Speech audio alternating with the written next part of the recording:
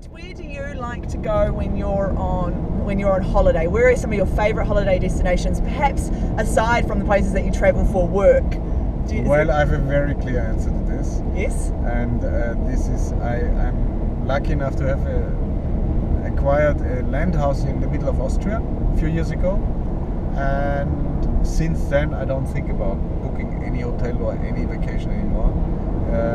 This is just a place where we go for weekends and for any kind of vacation. It's 1.5 hours from my hometown, and it's in the middle of nowhere in the mountains. Not nowhere, but of the most beautiful village in Austria. And we have a lake and we have mountains and we have green and wood and nothing else. And this is just my complete paradise. And I would have never believed that I would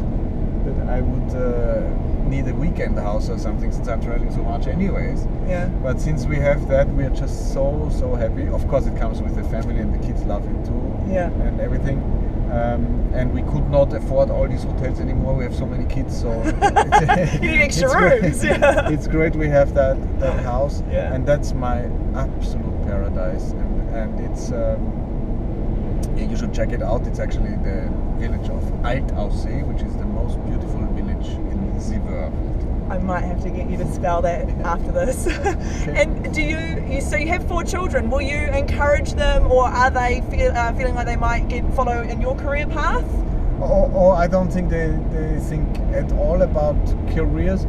Well, we have a bit about profession. So, of course, since my wife is a pianist, of course they have to learn an instrument. I mean, it's like brushing the teeth in our household. It's just part of life to play an instrument. So they learn it, and they not always have fun with it, but they accepted it, and they like it. And my plan is that they have to learn instruments, and then they can do with it whatever they want. So I definitely don't force them to be musicians, because I know the benefits and the difficult parts of that life.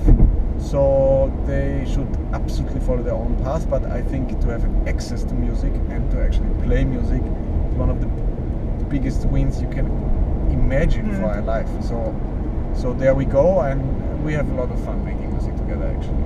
Good. Now, most of our audiences would know your orchestral and classical repertoire and the concertos that you play with us, but you also are very obviously proficient in the jazz genre. And how did that come about? It just was there from the beginning. Yeah.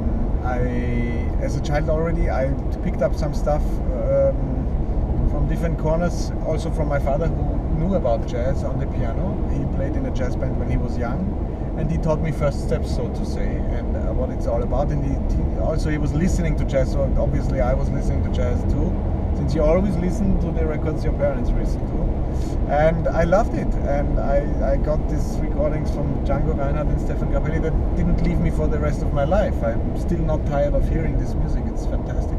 But that's just one kind of jazz that I like. So I have been, in a way, I really must say, been raised bilingual in terms of music. Yeah. I mean, the classic was there anyways. That was the daily life.